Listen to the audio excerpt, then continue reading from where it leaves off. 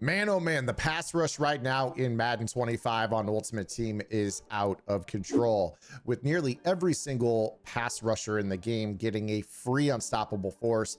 Players are having a hard time getting the ball out to open receivers, but don't worry, in today's video, I'm gonna show you guys something that's gonna slow them down just a bit, give you a little bit more time in the pocket. So make sure you guys are subscribed to the channel, hit that notification bell, get out your pen and pad, and let's get after it. If you were to ask me right now, it is actually a little bit harder to attack a base four-man rush in this game than it is your standard loop blitz. Call me crazy, but everyone out there runs the loop blitz, myself included. It's a great blitz in this game, but people know where the escape avenues and the blocking formulas are for these particular blitz styles. So they're stepping up into the pocket into familiar places, and they're able to scramble and extend plays and make lots of downfield throws, especially with the playmaker. But for me, I'll run into those online players that just sit in stock coverages, have a decent switch stick, and rush a base rush of 4 using 4 unstoppable forces. And that gives me more trouble than the meta players, if we're being totally honest. Because again, there's not that many escape lanes when you're rushing 4,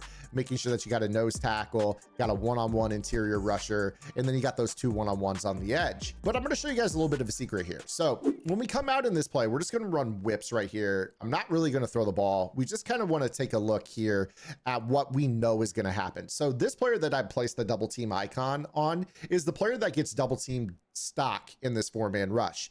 This is because he's lined up in between the center and the guard.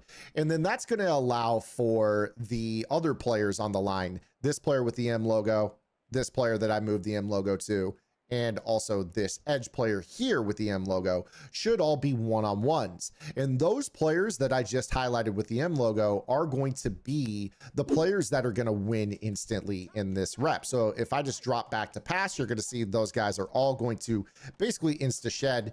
And this is why players are really freaking out about the pass rush in this game. And as you kind of go through the game and look into some of the other base rushes, I'll go ahead and call another formation here just to kind of explain what is typically happening. Most players, again, rushing 3. Again, here in this situation, whoever gets double teamed is going to be held up, and anyone that is single teamed is going to insta shed. So when we take a look here, it's the nose tackle once again, everyone else getting off their blocks, and we are in trouble. Now right there, Julius Peppers, the only one who didn't shed, believe it or not, is the one that doesn't have the unstoppable force. The other 2 actually do shed. So what is it that we can do to slow down this pass rush? Well, besides this video right here on the YouTube channel, you guys should also take a look at my strategy website, gridirongameplans.gg, because it is the #1 place to get better at Madden and also college football. For just $9.95 a month, you guys unlock the entire website. That includes vault update tips, weekly curated content focused on what's happening in the Madden community and how you guys can counteract it when you face it online. All offensive and defensive game plans included, and members only access to our Discord, which has over 3,000 members. So make sure you guys take a look at that. We also have lab sessions in there at no additional cost. The cost itself, $9.95 a month. $14.95 if you guys bundle both games together. We have separate vaults for college and game plans for college as well. So go check it out. Best deal in the tip space. All right, Zan, cute plug for your website. What's the actual tip? Well, the actual tip is to utilize play action plays. Now, we're not going to be hot routing our running back on these play action plays. We are going to be intentionally slowing down the pass rush with the use of the play action fake. So let's go ahead and show you what I mean here. I'm going to actually do what I said we're not going to do, which is hot route the running back and the tight end to route. So this is a base pass protection here. Again, we know that in this situation, we're going to get a double team on this guy. The 3 one-on-ones are going to basically instantly win. So you're going to see here, they get the club animations and we are in trouble. Well, this is why play action fakes are so important in this game, because for every single pass rusher in the game, there is what we would call a read phase, where they are firing off the ball, but they aren't sure initially whether they need to be in their run fit or their pass rush assignment. So in run defense, you have a gap that you're supposed to make sure that you take advantage of, or just make sure that the offense doesn't take advantage of. Once you realize that they're not running, then you can get into your pass rush phase of the play. So by utilizing a play action play and actually keeping the running back on his stock play action assignment, you guys can go ahead and snap the football, and you're going to notice that the pass rush is going to be significantly slowed. And you see here that they are shedding from so much further away. And then you could throw this up for the big strike over the top against this cover 3 for the 1-play score. Now, the cool thing about this is that you don't necessarily have to carry out the entire play action fake. In this example, I did, and you could definitely see how much slower the play action made the pass rush. You see how everybody kind of gets stood up as if it's a run play. They're not, you know, low. They didn't fire off the ball immediately into their shed. Right here at the end of the play action, you can see on the far left, Hassan Reddick has shed his block, but every other player, actually, funny enough, every single player was blocked one-on-one. Those other 3 have not done anything yet because they haven't been aware that it was not a run play, I guess is the way that I can say it, at this point in the phase. So now they realize, oh, the quarterback still got the ball, and now he's going to get those sheds. But again, they happen so much later in the play.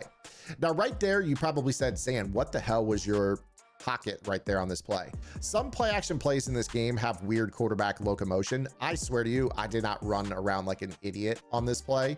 All I tried to do there was actually just at the end of the play fake, prevent my quarterback from doing it.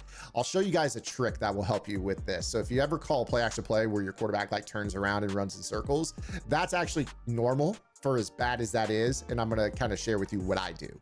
What you can do when you have this is when you snap the ball, about, I would say 2/3 to 3/4 of the way through the play action fake, you're just going to tap right trigger and up on the left stick, and that will help keep your quarterback stationary. So you're gonna see right here, I just kind of do this. Now, the thing is, when you move that quarterback, the more you move him, that activates that insta shed. So you want to be careful with how much you're actually tapping that stick forward, because they will sometimes insta shed because the game has built in shed when your quarterback goes into like a full scramble. So that's part of the reason that the sheds feel so bad on play action plays sometimes. So again, right here, this time I'm going to tap the right trigger and just kind of tap back. And now you see that we had much more time on this play. So basically what I'm getting at here is that if you guys snap the ball on a play action play and tapping right trigger and tapping up at the same time makes them shed, you might actually do it and tap down just to kind of stabilize your quarterback. So you see right here, look at how much more time we have there. Now, again, I didn't give myself any checkdowns. You're going to want to have those. I'm just setting up a 1-play bomb and showing you the value of the pass protection. Again, the other feature with this is that they're not getting straight up and bullying your lineman back into your pocket. There's something to be said for the fact that, you know, when these sheds occur, look at how they're occurring 8+ yards away from the quarterback. That's very, very different than when they occur on a traditional drop back. Basically, what I'm getting at is when you don't do the play fake, you see that they're shedding, and they're shedding from much closer. It's basically 3-4 yards away. This makes it feel like you just can't react to the pass rush. And partially it's true. It's because your offensive line isn't standing them up at all. So again, it does stink a little bit to have to kind of utilize your running back on a play action assignment, but this is going to be a big key here. You run this play action fake, kind of tap right trigger and down, and look at how much further away they have to react from. And that gives us so much more time to throw the 1-play bomb. Obviously, we overthrew that there with our gunslinger glitch, but very, very useful here. And then, of course, you could also use this for like rollout loco as well. So, you know, if you have like a 1-play touchdown bomb that you like to utilize, you can go ahead and do so. You know, you might even utilize a little bit of a motion snap of this wide receiver to the inside, so you get a little bit of a double team, and then do this same thing. And I mean, you see right here, now I can kind of roll out, and then I'm just gonna hit this throw on the sideline. But again, the point is you're able to kind of move the pocket right there. There's a good knockout, but how much more time it looks like I have here on this play. That's a big, big deal with this tip. Now, you don't have to just do this from shotgun either. You guys can go under center and do this. In fact, I know a lot of players that are starting to run a little bit of under center with the pass rush, even the way it is. And you're gonna see that it is quite useful. Again, the key here is when you cancel the play action fake, you don't want to be like slamming up on the stick, because that will cause a lot of those goofy sheds. So what I'm going to do here is we'll just call another base rush, and I'm going to show you right here. Let's do a rollout to the left, and you're going to see I'm going to put everyone else on routes. I'm literally just going to run a bench concept here, and then, you know, let's run maybe like a trail and a drag here, or let's just run a flood with a trail and a drag off of play action. This is basically your trail combo. And again, we're just going to run this play action, and you're going to see here, I'm just going to do this. And you see that the big thing is with the boot action that It's the locomotion of the quarterback after you do the play fake that causes the shed. It's not actually the ability that causes it, believe it or not. So you see right here that with this boot action, the thing that caused the shed, you'll notice the one guy who did the shed was the guy that was on the side that the boot action is going towards. So the next play, if we were to go ahead and run it and just carry out the entire thing, you'll see here, this time, you see it's the guy on the other side that I was booting towards. So when that quarterback locomotion gets involved, that's where those guys tend to shed, because the game is programmed to be like, oh, if the quarterback starts to really break contain, you guys got to insta shed. Whereas, you know, I might also say, all right, well, this time let's go ahead and just kind of do like a half play fake. So I'm just going to tap out of it right here. Now look at how much different that is.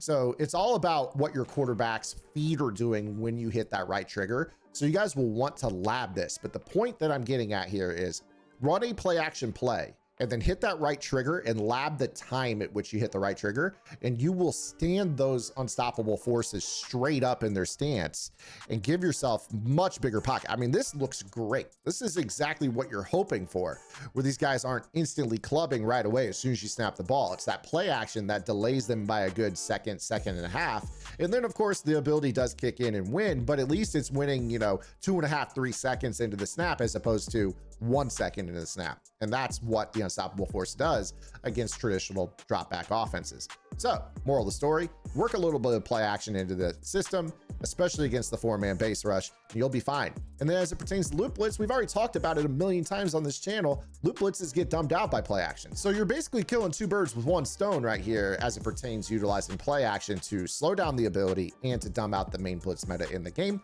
I'm going to get up out of here. I'll see you guys with a short this afternoon, or we'll be right back here tomorrow with another long form video upload. Until then, this is Zan. Good lab and good luck.